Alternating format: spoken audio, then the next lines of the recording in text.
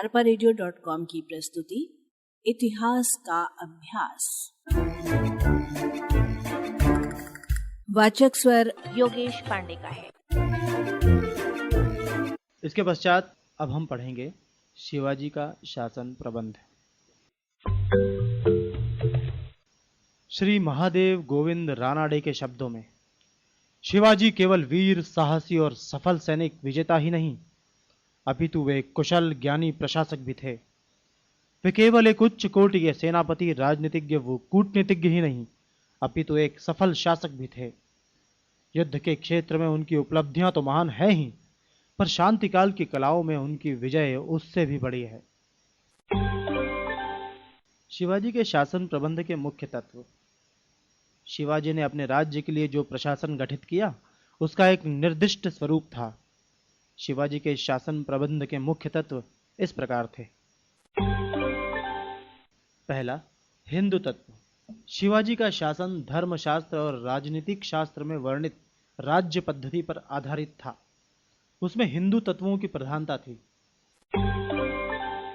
दूसरा, उदात्त धार्मिक भावना। शिवाजी की राज्य पद्धति में उदात्त श्रेष्ठ धार्मिक भावनाएं थीं। शिवाजी की शासन व्यवस्था में परंपरागत सामाजिक, पारिवारिक आचार पद्धति के साथ साथ सार्वजनिक मूल्यों का भी मान रखा गया। तीसरा, ईश्वर प्रदत्त राज्य। प्रशासन के लिए शिवाजी की प्रेरणा ईश्वरीय और आध्यात्मिक थी। उनकी राज्य साधना भी आध्यात्मिक धर्म साधना की भांति थी।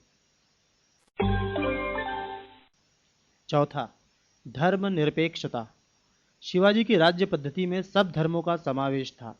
सभी धर्मावलंबियों को अपनी अपनी उपासना पद्धति अपनाने की पूरी स्वतंत्रता थी। पांचवा, एक तंत्रीय प्रभुत्व। शिवाजी के राज्य का स्वरूप एक तंत्रात्मक था।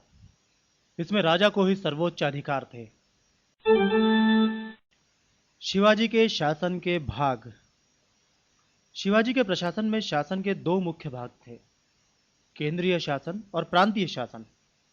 हम पढ़ेंगे पहले केंद्रीय शासन के विषय में।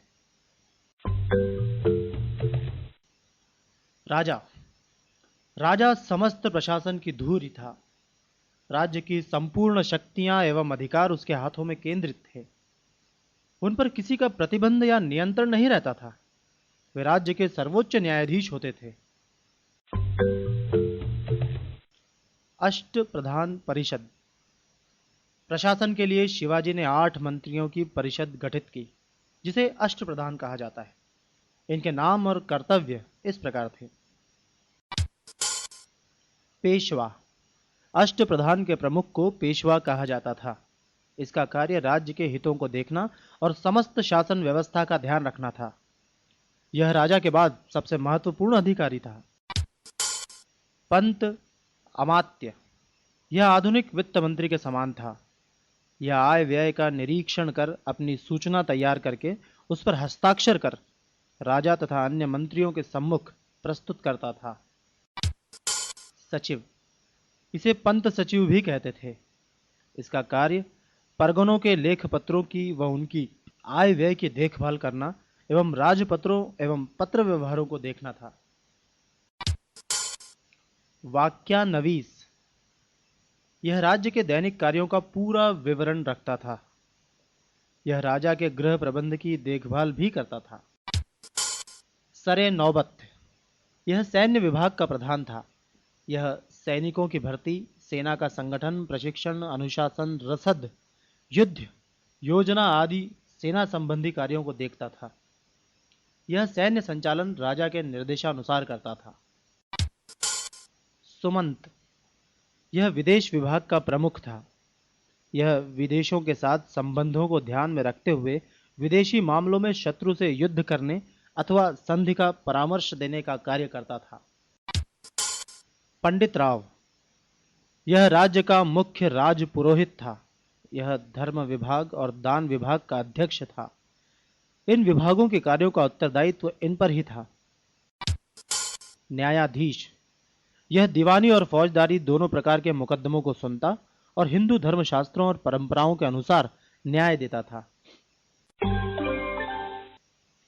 प्रांतीय प्रशासन। शिवाजी के अधीन जो राज्य था उसके प्रशासन के दृष्टि से चार भाग थे।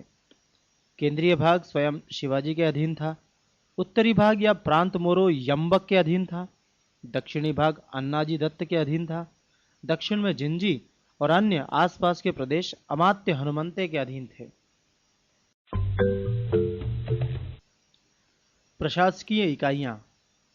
अष्ट प्रधानमंत्रियों के प्रशासन की सुविधा की दृष्टि से विभाजन किया गया था।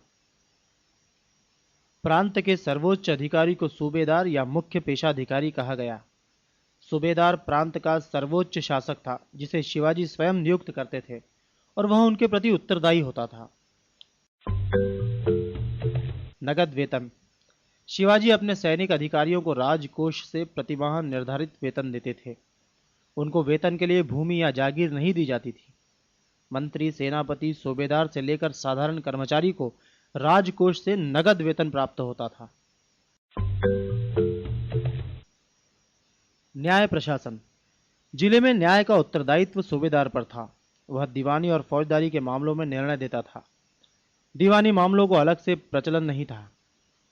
शिवाजी की दंड विधि हिंदू शास्त्रों पर आधारित थी। सर्वसाधारण को शीघ्र और व्ययहीन ढंग से न्याय प्रदान करने के लिए पंचायतों की व्यवस्था की गई थी। शिक्षा एवं अनुदान। शिवाजी के शासनकाल में शिक्षा के लिए कोई संगठित और व्यवस्थित राजकीय विभाग नहीं था।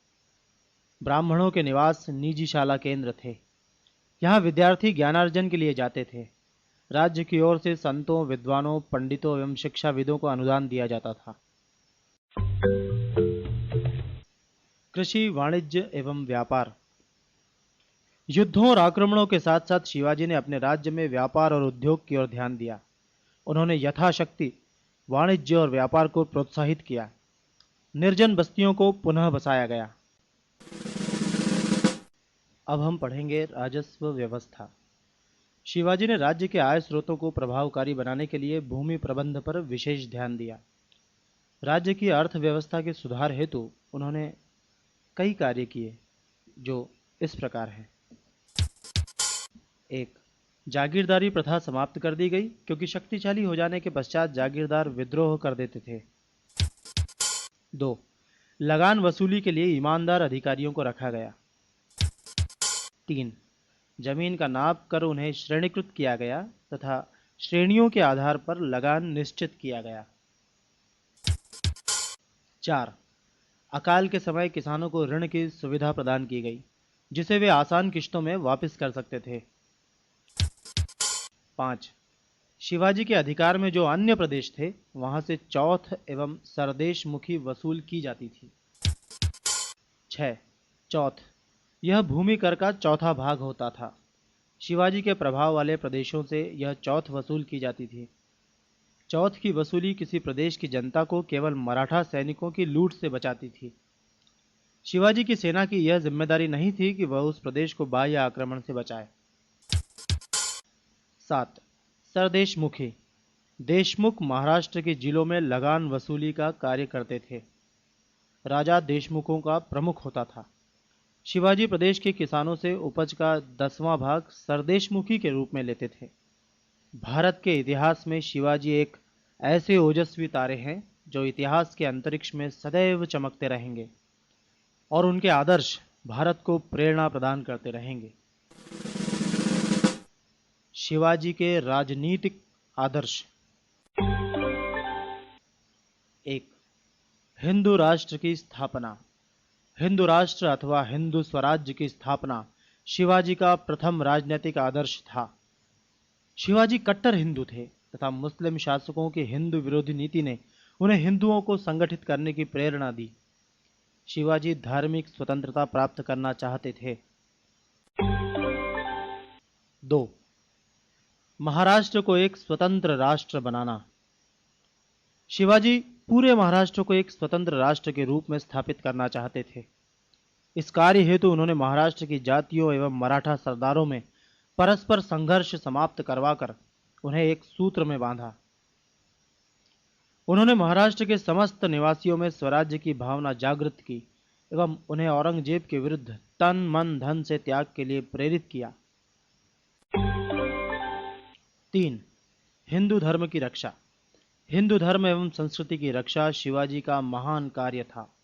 औरंगजेब ने हिंदू धर्म एवं संस्कृति को नष्ट करने के लिए मंदिरों मूर्तियों को तोड़ा एवं हिंदुओं पर अनेक अत्याचार किए। शिवाजी ने हिंदुओं के कई तीर्थ स्थानों को मुक्त मंदिरों का निर्माण कराया एवं उनकी रक्षा की। वह साधु सन्यासियों को दान करते थे। उन्होंने उन व्यक्तियों को हिंदू धर्म में वापस लाया जिन्हें जबरदस्ती मुसलमान बना दिया गया था। हिंदू धर्म ग्रंथों के पठन पाठन एवं हिंदू धर्म के प्रचार प्रसार के लिए उन्होंने कई प्रयत्न किए। 4. शक्तिशाली केंद्रीयकृत राज्य की स्थापना। शिवाजी ने शक्तिशाली सुगठित केंद्रीकृत राज्य की स्थापना की जिसमें संपूर्ण शक्तियां सम्राट के पास थी। विशाल मुगल साम्राज्य का मुकाबला करने के लिए इस प्रकार के शासन की अत्यधिक आवश्यकता थी। प्रांतीय सूबेदारों की नियुक्ति भी स्वयं शिवाजी करते थे। सभी प्रांतीय सूबेदार केंद्रीय सरकार के प्रति उत्तरदायी थे। 5. स्थायी सेना। शिवाजी ने राज्य के लिए एक अनुशासित, सुगठित एवं स्थायी सेना की व्यवस्था की। मनसबदारी प्रथा को समाप्त कर राज्य की स्वयं की एक सेना तैयार की जिसे राज्य की ओर से नगद वेतन, हथियार एवं घोड़े मिला करते थे। इसी स्थायी सेना के बल पर शिवाजी ने महान सफलताएं प्राप्त की। 6. धर्मनिरपेक्षता। यद्यपि शिवाजी कट्टर हिंदू थे किंतु उन्होंने सभी को धार्मिक स्वतंत्रता प्रदान की। उन्होंने हिंदुओं को आर्थिक सहयोग के साथ ही साथ मुसलमानों को भी मस्जिदों के निर्माण के लिए आर्थिक सहायता दी। उन्होंने न कभी किसी मस्जिद को तोड़ा और न ही किसी को बलपूर्वक हिंदू बनाया। उनके राज्य में उच्च पदों पर नियुक्ति योग्यता के आधार पर की जाती थी, न कि जाति या धर्म के आधार पर। अपने अभियानों के दौरान मिलने वाली कुरान शरीफ की प्रतियों को वे ससम्मान मुसलमानों को दे देते थे। मुस्लिम स्त्रियों को वे अपनी मां बहन के समान मानते थे। 7. लोक कल्याणकारी राज्य की स्थापना। शिवाजी ने एक कल्याणकारी राज्य की स्थापना की। उन्होंने अपने राज्य का शासन प्रबंध एवं व्यवस्था इस प्रकार से की जिससे जनता का अधिक से अधिक कल्याण हो सके। उन्होंने कृषकों के कल्याण के लिए जागीरदारी एवं जमींदारी प्रथा को समाप्त किया तथा उनके लिए अच्छे बीज एवं पशुओं की व्यवस्था की। कृषकों हेतु ऋण की सुविधा भी उपलब्ध थी जिसकी वापसी आसान किस्तों में की जा सकती थी। उन्होंने जनता पर अत्याचार रोकने के लिए सामंतवादी व्यवस्था का उन्मूलन किया। उन्होंने प्रत्येक नागरिक के लिए रोजगार की व्यवस्था की। शिवाजी ने लोगों के नैतिक विकास के लिए भी कार्य किया। 8. भाषाई एकता। संपूर्ण महाराष्ट्र में भाषाई एकता की स्थापना शिवाजी का प्रमुख राजनीतिक आदर्श था। उन्होंने फारसी के स्थान पर मराठी को राष्ट्रभाषा के रूप में अपनाया। उन्होंने सुल्तान अथवा बादशाह के स्थान पर छत्रपति की उपाधि धारण की।